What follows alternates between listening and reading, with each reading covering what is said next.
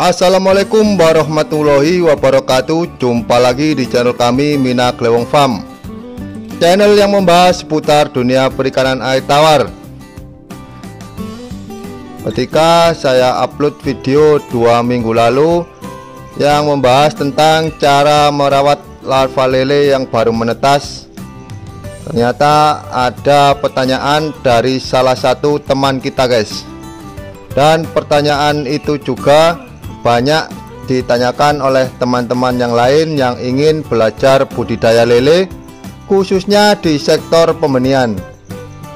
Sebenarnya di kolom komentar sudah saya jawab guys. Cuman kalau kita jawab cuma di kolom komentar, nanti kan kurang detail atau kurang jelas ya penjelasannya. Jadi saya beri jawaban di video kali ini. Kurang lebih pertanyaannya seperti ini guys. Pada usia berapa hari ketika larva lele itu baru menetas, pergantian air sebaiknya dilakukan? Oke, ini pertanyaannya kurang lebih seperti itu ya. Akan saya jelaskan di video kali ini. Jadi jangan di skip videonya biar nggak salah paham, biar pahamnya nggak salah. Dan untuk yang belum subscribe, jangan lupa kasih subscribe dulu, like, dan bunyikan juga loncengnya, biar nanti nggak ketinggalan kalau kita upload video-video berikutnya, karena masih banyak hal-hal yang menarik dan informatif pula tentunya yang akan kami sampaikan.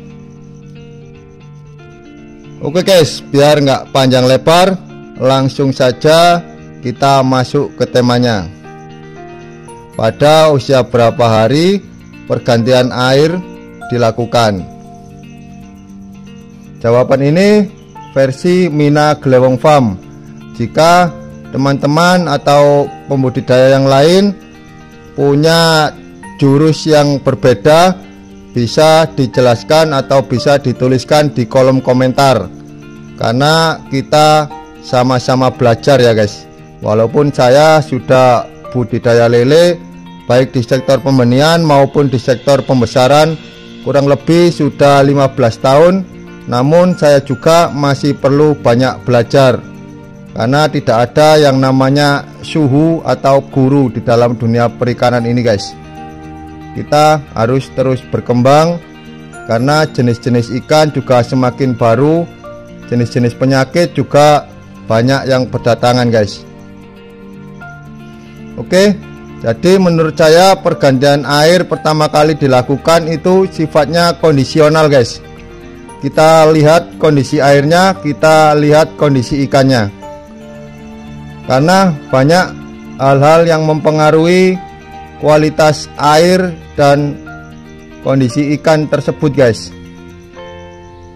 Mari saya jelaskan satu persatu. Pergantian air pertama kali dilakukan biasanya antara usia 4 hari sampai 2 minggu. Itu kondisional guys, tergantung kondisi ikannya dan kondisi airnya. Kenapa demikian? Ya, karena banyak faktor yang mempengaruhinya. Misalkan saja kita memijahkan sepasang indukan lele di kolam 1.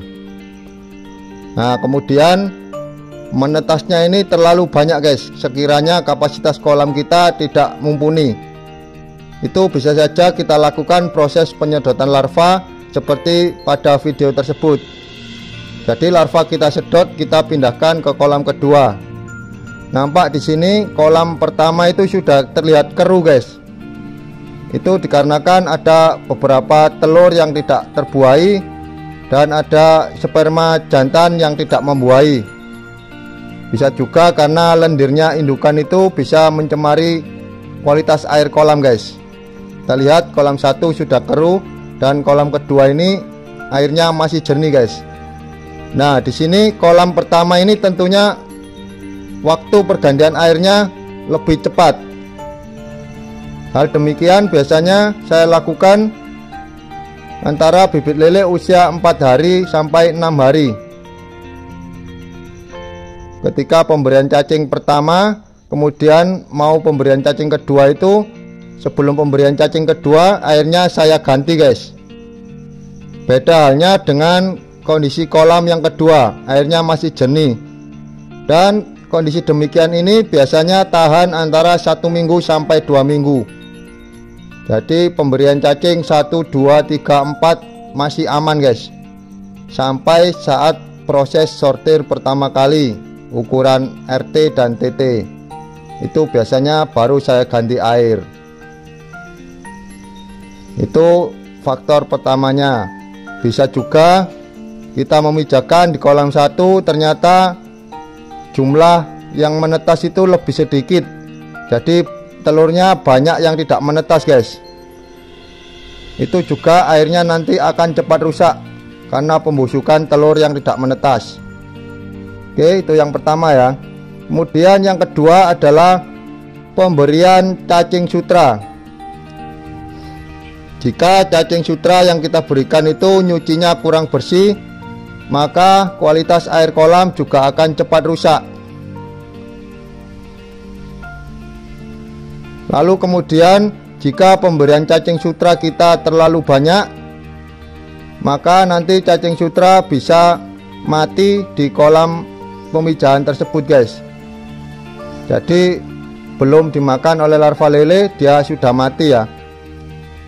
Karena kondisi cacing sutra juga berbeda-beda guys. Ada cacing sutra yang kualitasnya bagus itu tahan, jika masih 2 hari sampai 4 hari di dalam kolam itu masih tahan guys, dia hidup.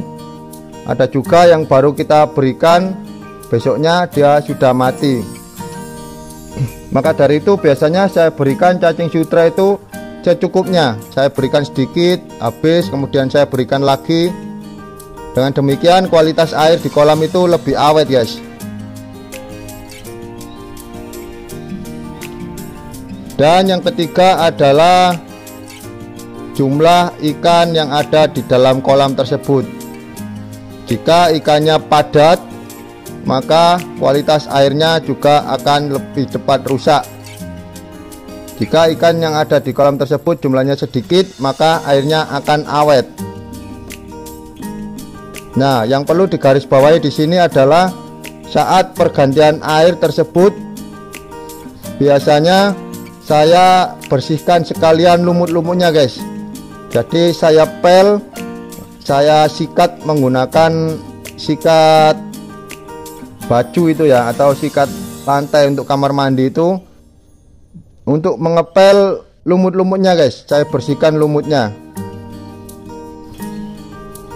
Dan ketika bibit lele menginjak usia 2 minggu, saya lakukan sortir pertama kali.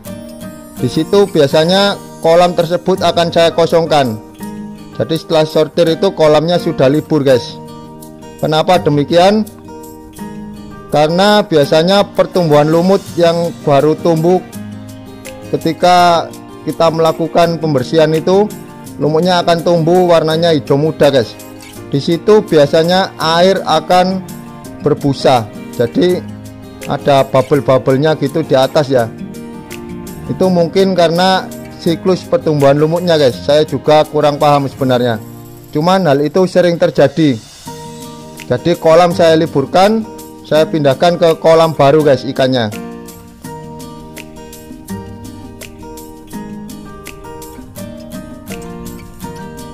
Jadi demikian cara saya merawat bibit lele yang baru menetas agar aman dan bibitnya juga lebih cepat besar.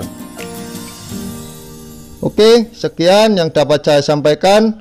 Semoga bermanfaat. Kurang lebihnya saya mohon maaf dan bisa dilengkapi di kolom komentar. Salam sukses petani ikan air tawar. Wassalamualaikum warahmatullahi wabarakatuh.